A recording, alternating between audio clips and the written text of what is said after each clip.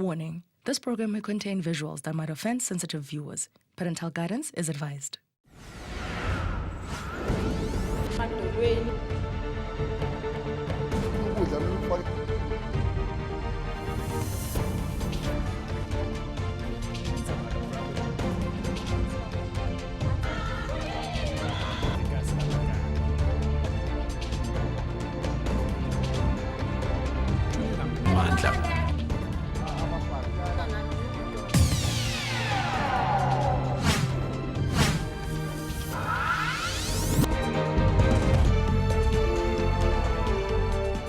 Amidst the cleanliness, beauty and efficiency Cape Town is renowned for, there are communities here that live side by side with human waste.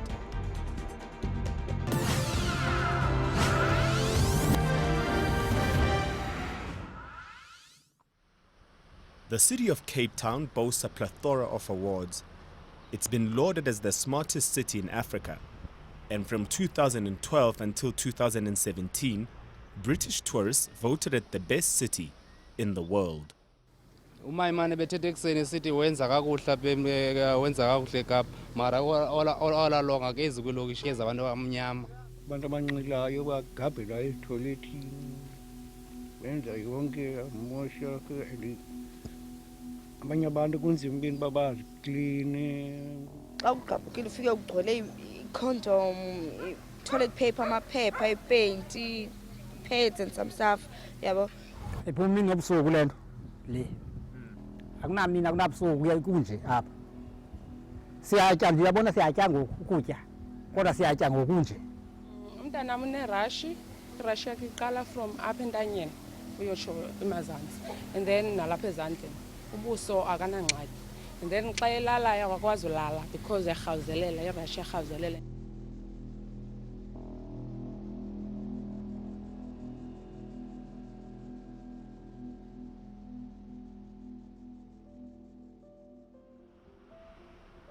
The mother city, Ikapa Lodomo, Cape Town, is considered one of the jewels in the country's crown. It's popular with both local and international tourists.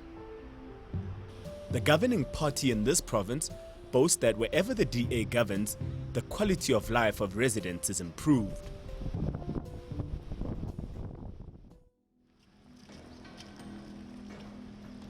This week, Cutting Edge spent time in the Greater Philippi area. It's about 30 minutes outside the CBD of Cape Town. Residents of townships and informal settlements here, such as Brown's Farm, Kosovo and Samora Machel, live side by side, block drains and burst sewerage pipes. Residents here feel that they live in the shadow of the glamorous mother city. Kudala ndihleli apha mina I think ngina 15 years apha. Umntana wami lo una 14 years lo ndithi une rash. Ndimfumene ngo-2005. Ndikule ndawo inje kumdaka kunjena apha. Apha nobungabuya kule vexana nobungabuya lo nyaka uzofika kunje. Kudala sibana sizifaka izikhalazo zethu asilufumana uncedo lubhetele. Apha abantwana bethu baphefumula lento abanye banezifuba abanye bayagula nje bayinto endingayazi. Elifuna ukuthi inoba bobubumdaka balapha noba ulele noba uyatya utya lento ngoba kaloku lento uthi ngoku uleleyo iyaphuphuma apha endlini yakho. Mam Nogwanda says that sewage sometimes flows directly into her living spaces. Amanzi njebe ejika apha lakona ajika afika anyuka apha eflorini. Ndizamela lapha ngaphakathi ukugangada ndaze ndafakela nje busamentanya bam kuba kaloku andithatha intweni ngokwempangelo. Kodwa amanzi ayanyuka nje angene ngaphakathi. Sithathe izinto siwakhuphe ngaphandle nabantu sibegcampuza abantu siwakhupha ngaphandle. Sewerage Iyo lonto injalo asifakanga negloves. Balala phansi uninzi lwabantwana bam balale phansi uthi kuse kuyasa itrasi zithe gaphu iibhayi zithe gaphu ngamanzi iifoni zabo zitshone emanzini incwadi zesikolo zitshone emanzini. Uba kuyanetha apha funeke sincucalaza abanye abantwana wami bacelela indawo emizini. According to Mam Nogwanda, there is just no end in sight. Sekukudala ezitoilet zikhona. Okwazi abekele ezitoilet apha iyaphuphuma lanto bathi ke bayifunxe kodwa within 2 days ibe sekuphinde sekuyaphuphuma. Aziflashe kwazona itoilet nje kuyilonto. Siyazigutyulela ngokwethu kaloku laa nto leyana kodwa kungancedi into ngosoyigutyule ngokwakho iphinde ibuye laa nto kusasa okanye iphinde ibuye mala kungekaleli. Siyahamba nje siyayinyathela laa nto ihambe izongena endlini ngeenyawo zakho. Njengoba kufuneka sihleli nje apha sibe sinxiba iigambhutsi ziyadumbisa kwezi zinto ezirabha emntwini. Mam Nogwanda is even too ashamed to accept visits from friends and family.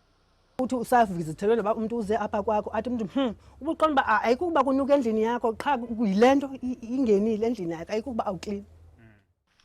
When driving in between these townships and informal settlements in the Philippi area, very little sets them apart from each other. While filming here, we bumped into 60-year-old Mtambo Mpengesi while he was struggling to get into his wheelchair. He's lived here for the past 20 years. I know go veteranyana apehlotyeni into endingathi ndingayincoma balkada uhlala icondition le yethu indlela esihleli ngayo ihokini ezihokini not right. Oko silindile uba sakhele izindlu masiyeste iphumelele into yethu into basakhele izindlu yazi uba yenziwa yintoni ke futhi abantu abasiphetheyo abanothi bayiqonde uba kuqhubeka ntoni. It's one thing when able-bodied adults are put against the elements, and quite another when vulnerable senior citizens are made to live like this. Oh, ndikanehamba nzima great ekufumaneni kwam le arthritis singakwazi ukuphuma apha endlini obheka izithoyilethi yonke le nto mangoku kuya ngathi kuveterana ke xa ndifakele izipotapota zabantwana abancinci apha endlini ezabantwana besikolo iChristmas ncama ndoboleka yona nje because kunzima ubheka izithoyilethi itoyilethi yajika abantu bazimosha iitoyilethi abantu abanxilayo bagabhela ezithoyilethini benza yonke amosha abanye abantu kunzima ubeni uba bazikline because imosha ngeyomnye umuntu. This entire neighborhood is swimming in sewage and wastewater. Utatu Mpengesi pushes his wheelchair through this on a daily basis. And I know that. So lamanzi kuhlangene itoilet kuhlangene wonke odla ngobloka nama-drain bisanda ubloka apha abantu badingela ibintu uba bagalele zonke into zabo ke phana ikhama ntoni badamba nje yonke into pha esithubeni abantu balapha emidlini abangapha yakhe bagalela apha. The prevailing conditions obviously make it difficult for Utatu Mpengesi to get around. Nje amahambi kakuhle apha seyedeske yonakala nangoku amaviri angaphambili ngenxa yelinantsika condition yendlela namanzi ngoku yome amaqweqwe apha ngaphambili asilifu kwayihamba yakrikri mashakini kuyamuda kaloku ndihambe but kodwa I don't know ngoku ayinagaranti kaloku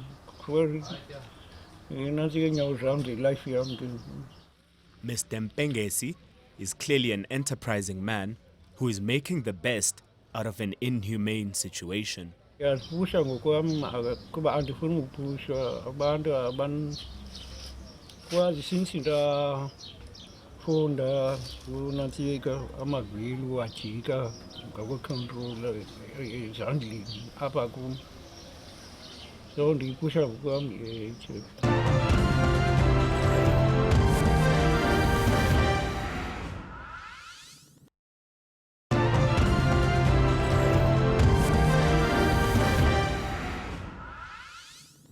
apha ingxaki esinayo sinengxaki edrain iyagqabhuka idrain le just like apha kukhona itoilet yabo idrain iyagqabhuka idrain lena igcwele apha iphume amanzi anekaka lana then ke abantu bedrain like si-SMS yabo bangafiki in time bafike emveni xesha elithi like after 2 days or a day bafike bazolungisa idrain batsale apha kule mhlawumbi ekugqabukele ingapha kuphume i-original ikaka straight igcwele apha endleleni then batsale apha izawuba ngathi ithule then iphinde emveni kwexesha iphinde futhi iyaqala.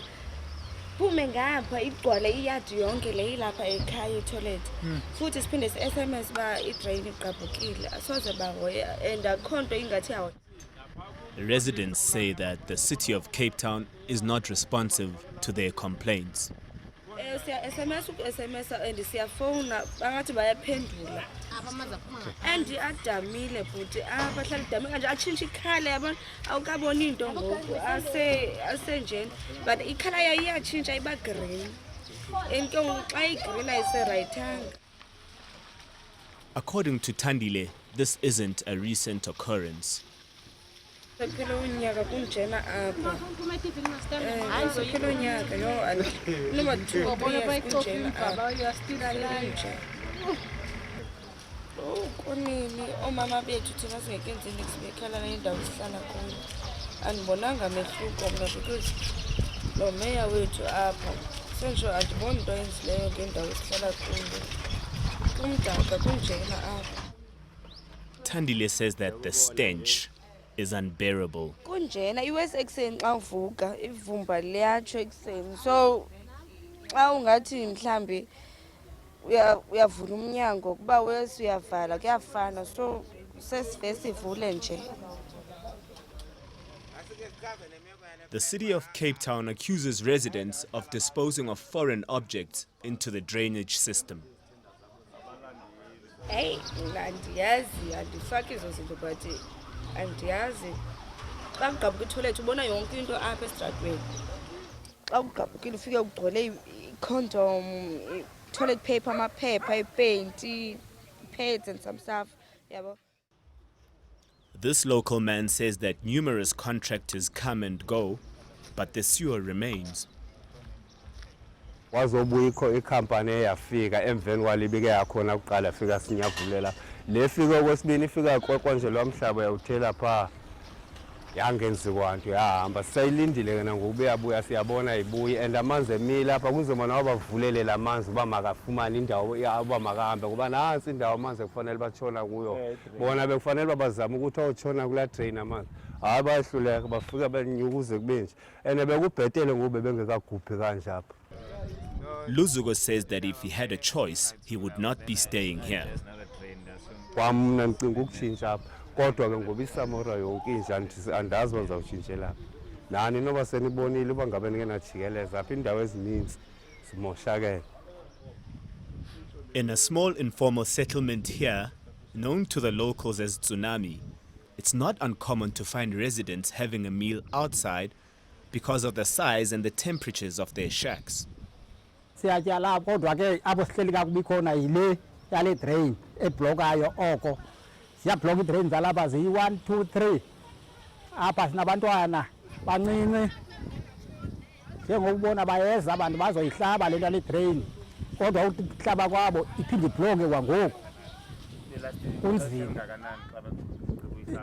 okanye ithatha i-2 hours yayithatha i-2 hours iphinde futhi. Last year, the city of Cape Town was in the grip of one of the most serious droughts in its history. Ephumini ngobusuku lento le akunamini akunabusuku kuyayikunje apha siyatya ndiyabona siyatya ngoku ukutya kodwa siyatya ngokunje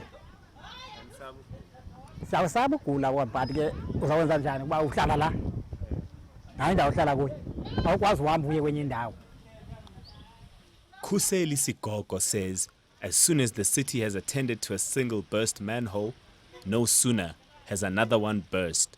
And uyahlatywa yabona nxa ngofika lezi truck sike ziyihlabe la nxa sithela ngale ya iyaphinda lento yenyuka andinayazi ke ngoku noba kufakwa into ezirong uba nabantu bayazifaka izinto apha ezitoilet umuntu azotipha phaa nalapha ezitoilet nansi isinki khona isinki la fika tiphe naphaa isinki nokutya okumdaka. Upon entering his home, we found his partner who has illnesses which she links directly to her living conditions. Last year ndanginelwa ngamanzi edrain and then zange ndiphinde mena oburight from nabantwana ndibomvu ngoku ndina apha kule ndawo ndihlala kuyo na 21 years ndihlala apha so azange ndifumane uncedo oko nangoku ndinova xa kushushu ndilele funeka ndityhile because ayidibani nobushushu nakule ndlu ndihlala kuyo kusoloko kukwismelling sedrain oko. How can she know for sure that her illnesses are directly linked to living here? So ndiye ndadibana nogqirha phaya wandixelela uba ndihlala endaweni enjani, ndamxelela uba ndihlala endaweni enedrain evuza oko. Okay, wandijonga ke ngoku emzimbeni wam wandinika ezi pilisi wandinika ne-ointment yoba zindithambise uba ngabani kubikho rayithi ndiphinde ndibuye back. Ndiyazi from 2014 ndingaphilanga ndine-TB, so ndabuza uba ndihlala endaweni enjani na, ndachaza ekliniki, so ndanikwa ke ngoku iipilisi ndarayithi. So kulo nyaka kuphelileyo ngo-2018 kwaphinda kwagqabhuka idrain kwangena amanzi apha endlini anetoilet. Still nangoku idrain isatsho nangoku ivumba liyatsho apha ngaphakathi endlini. Although all the residents of Brown's Farm, Kosovo and Tsunami are worried about their health, it's the health of their children that they're most concerned about. Bayadlala khona la. Yabona buya baphuma kwesikolweni babuya badlale kule ndawo lapha. Apha. Abahlala apha. Batakatake ke bengena bephuma apha. Abantwana babancane. Small children can be seen here on their way to school or just hanging around. Umntana uneRashi, iRashi yakhe iqala from apha entanyeni uyotsho emazantsi, and then nalapha ezandleni. Ubuso akanangxaki. And then xa elalayo akwazi ulala because yarhawuzelela, iRashi yarhawuzelela, and then umzimba wakho uba shushu. When it comes uba shushu, funeka azityhile, and then ndiyamsebenzisa like i-cream but ayimncedi. Enye ke into yenza xa kushushu funeka ndingamnxibisi ishushu, funeka ndinxibise nje because when it comes abashushu nomzimba wakho ubashushu, so funeka arhawuzelele azistretch. So wazi kanjani wena ukuthi ibangwa yile drain le? Because udlala apha oko.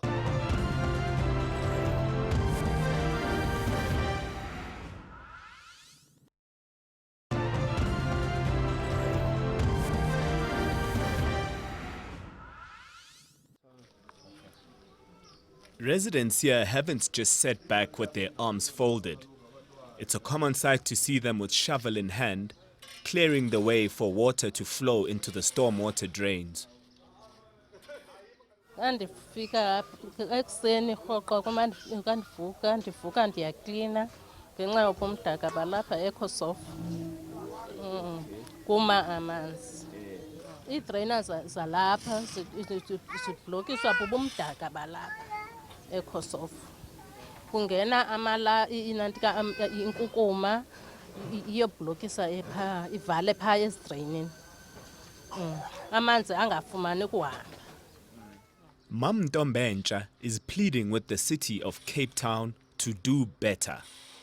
Sicela umasipala asincedise kubumdaka balapha eKosovo ngezinto anosincedisa ngazo uklina iKosovo. In Samora Machel, not far from Kosovo, crash owner Johnson Motuko says this has gone on for far too long. Ineminyaka tata lento injena. Ineminyaka is and ingaphezu kwe 4 years, 5 years. Kudala lento and then on and on. Embike kuyo yonke lento because lento siyayireporta and then akukho nkqubela. Sizibonile zona icontractor ebezifika apha, more than 2 icontractor ebezifika apha, try ukusolve lento but lento ayidissolveke and le drain keep on iphuphuma and itsho kubela ivumba elibi ezibawubona endleleni ngoku nakunjani. Kunakele yonke njena le ndawo akho nto inhle, konzakala imoto zabantu, even abantwana nxa baze esikolweni apha ukcrossa kwindawo emdaka kanjena isiphatha kakubi kakhulu lonto. In the absence of intervention from the city of Cape Town, Otatu Johnson takes it upon himself to give some dignity to the creche his little ones attend. But long ixesha kugqitha imoto ze-city apha ntontoni akukho mntu oyikhathaleleyo loo nto le. Every morning kufuneka mna before and then siqalise ukungena isikolo sabantwana kufuneka mna ndikline ezibawubona kukliniwe phaa kulaa ndawo then ndiyakwazi uklina just so far phaya xa ingabiliyo le drain. But xa ibila le drain andikwazi ukwenza ngenye indlela. Abantwana funeka bahambe emanzini ukuphumela phaa esikolweni. The neighborhood you live in becomes the place where you do most things. Your kids are likely to go to school there. You're likely to socialize and eat and drink in that space. Dr. Joe Barnes from the University of Stellenbosch holds a degree in mathematics, epidemiology, community health, says that communities living in such areas as Browns Farm, Samora Machel and Kosovo have more than their physical health to worry about. It's very depressing, the psychological burden of living in such dirty environment that is smelling so bad, and how depressing it is. Poverty is already a depressing condition. It's very hard on people. They don't see a future for themselves and they worry about their children. According to Dr. Joe, living in such an environment carries a potential loss of earnings. They are frequently absent from work, they lose their jobs, and they lose income per day. Many of them get paid per day, so that the financial burden is shouldered by the people living there and by the health services, but not nearly as much by the municipality. So the municipality doesn't have as much of a driving force behind them or a pressure on them to make changes fast enough. Dr. Joe Barnes says that there are just too many people using too few loos at once. The area of Browns Farm is, as most informal areas in the city of Cape Town, has been expanding. More and more people coming to live there. The infrastructure has stayed the same. So many of the smaller sewerage lines are far too small for what is needed. There are also, in of the informal areas, not enough public toilet facilities to handle the volume. So in some places in many of those informal systems, not necessarily only Browns Farm, you get up to 30, 40 or 50 people per toilet. The city of Cape Town could also do better, says Dr. Barnes. Cape Town is an old city. The infrastructure is old and it hasn't had the maintenance and the upgrading that it should have had.